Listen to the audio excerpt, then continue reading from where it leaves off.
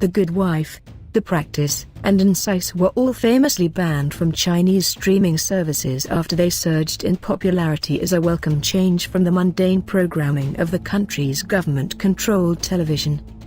Seen primarily as a move by the regulation-friendly regime, these show bans had everything to do with exerting power and nothing to do with content.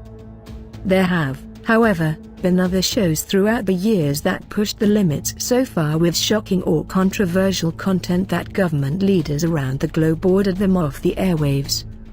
Here are some popular TV show episodes that were banned. If you haven't done so already, be sure to click the subscribe button. Electric Soldier Porygon, Pokemon, 1997. Only ever airing once in Japan, Pokemon's Electric Soldier Porygon is probably the best-known title on this list since it actually caused a medical crisis, sending over 600 kids to the hospital. After a scene that featured a flashing, strobe-like effect with multicolored lights, kids started having vision problems, headaches, and nausea, with some actually having to be treated for seizures. The incident got worldwide media attention, because it's not every day a TV show shocks people into a physical health emergency. The only other time we can recall this happening is probably the series finale of The Sopranos. To this day, if a show cuts to black for more than 1 or 2 seconds, we begin to violently shake and yell, "There's no way that's it. You've got to be kidding me." Patterns of Force, Star Trek, 1968. The original Star Trek was ambitious in its attempts at social commentary, most famously highlighted by the interracial kiss from the episode Plato's Stepchildren. But even before Kirk and Uhura locked lips, Star Trek devoted an entire episode to an alien planet that adopts the policies of National Socialism, even going so far as to use Nazi uniforms and symbology. The alien race suffers the same fate as Germany when a charismatic leader, who is actually a brainwashed former Starfleet professor, almost manipulates the masses to his genocidal will until Kirk and Spock intervene and reinstate a peaceful government. Strangely, this did not go over well in Germany, who refused to air the episode until 1996. After all, it's one thing to use the reference of a tragic historical event, but it's quite another to imply that the man responsible for one of the greatest atrocities of all time may actually have been a scapegoat. Primetime episodes in China, Spongebob SquarePants, 1999. While a commission dedicated to the protection of morality in Ukraine attempted to ban SpongeBob SquarePants for SpongeBob's questionable relationship with Patrick, China actually succeeded in booting the lovable yellow block from its primetime hours. Seeking to reinforce its own cultural values through domestic programming, the hardlining regime wanted as few eyeballs as possible on SpongeBob, which is kind of remarkable when you think about it. They could easily have banned the show altogether, but they probably knew the uproar would be so fierce they'd have another revolution on their hands. And if the mental image of millions of pink starfish protesting in the streets doesn't bring even a slight smile to your face, then you are dead inside and need to go hug a puppy until you feel feelings again. Dial-M for Monkey, Dexters Laboratory, 1996. Cartoon Network was known for getting away with a lot of questionable content in the late 90s, and ended up being responsible for a number of animated episodes that were banned after a single airing. One of the most notorious examples comes from the 1996 Dexters Laboratory segment Dial-M for Monkey.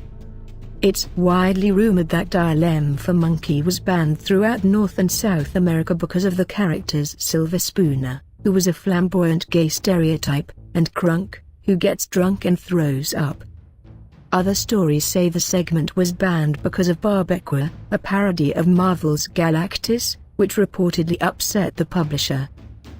There's more credence to that second rumor, especially because the Tick animated series ran into similar problems with its 1995 episode Alone Together, which features a Galactus parody named Omnipotis. It was never released on DVD for allegedly similar reasons. 201, South Park, 2010. Not only banned in several European countries, but ultimately also in US repeats, the last episode of South Park's 14th season attempted to satirically address extremist outrage over the depiction of the Prophet Muhammad. As per what has come to be almost a formula for South Park, this of course included direct depiction of the Prophet, as well as incendiary dialogue from obvious foils meant to provoke a shock response before ultimately being refuted with a moral lesson. Comedy Central wasn't willing to take the risk. The network was receiving death threats from Muslim extremist groups, so it heavily censored the dialogue with audio bleeps as well as any image of Muhammad. They even censored Matt Stone and Trey Parker's director commentary on the DVD release, and went so far as to not even include the episode on DVDs that would be sold in certain parts of the world, specifically the Middle East. It was particularly bad defeat for the guys known for pushing the envelope and usually getting their way, but on the bright side, they weren't murdered for blasphemy. So that's a plus. Home, The X-Files, 1996. Another interestingly self-imposed ban happened to The X-Files with their episode, Home, which dealt with the controversial theme of incest. Named for the small Pennsylvania town in which the episode takes place, Home also features gruesome violence, which led to it receiving the first ever TVMA rating for a network TV show.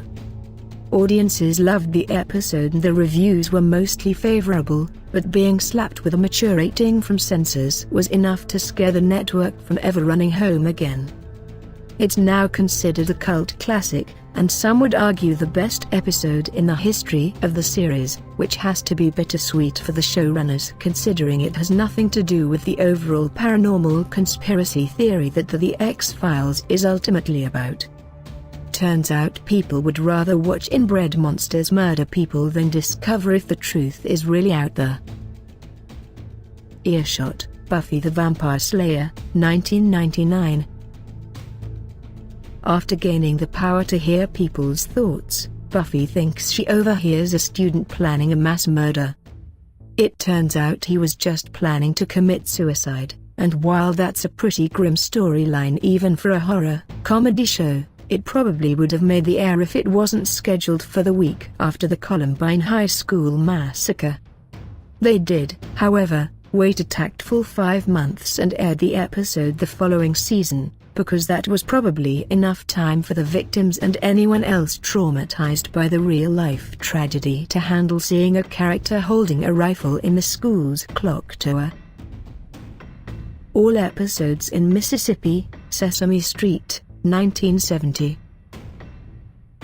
According to the urban legend fact-checking site Legends Revealed, in 1970, the state of Mississippi banned Sesame Street from public television. Spearheaded by the former mayor of Jackson, he and a lobbyist group convinced the 5-man Commission on Educational Television that public funds shouldn't be used to create a show with such a highly integrated cast of children. The old "this isn't about race, it's about taxpayer money" canard. Ironically enough, Legends Revealed also points out that the town of Leland, Mississippi proudly displays a placard calling itself the birthplace of Kermit the Frog, since Jim Henson, the creator of Sesame Street, grew up there. After an opposing member of the commission leaked the story to the New York Times, nationwide outrage ensued and the ban lasted only 22 days. But it probably also had a lot to do with how much money the town of Leland spent on that sweet placard. It ain't easy being greedy and racist. The Ricardos visit Cuba, I Love Lucy, 1956. Lucy, Ricky, and little Ricky travel to Cuba so Lucy will hopefully impress Uncle Alberto, who would have preferred Ricky to marry a Cuban woman. Lucy, true to fashion, bungles the entire encounter, and everyone in 1950s America had a good chuckle, because women, am I right? Anyway, nobody had any issue with the episode until after relations between the US and Cuba soured in the early 60s. Despite the absolute lack of controversial material, it was apparently just too much to let the general public see Lucy stumble through one ruined cigar gag after another, because that's literally the entire episode. Seriously though, the fact that Lucy ruining Uncle Alberto's straw hat might have boiled tensions over enough for us to go to war with Russia is probably the scariest and saddest historical television fact ever. Boston, Aqua Teen Hunger Force, 2008. The creators of Aqua Teen Hunger Force wrote an entire episode parodying the infamous marketing fiasco from their feature film that resulted in Boston police responding to a bunch of homemade light bright displays as if they were legitimate bombs. The whole incident ended up costing $2 million in fines and settlement fees, so Turner Media ultimately balked when it came time to air the parody episode a year later.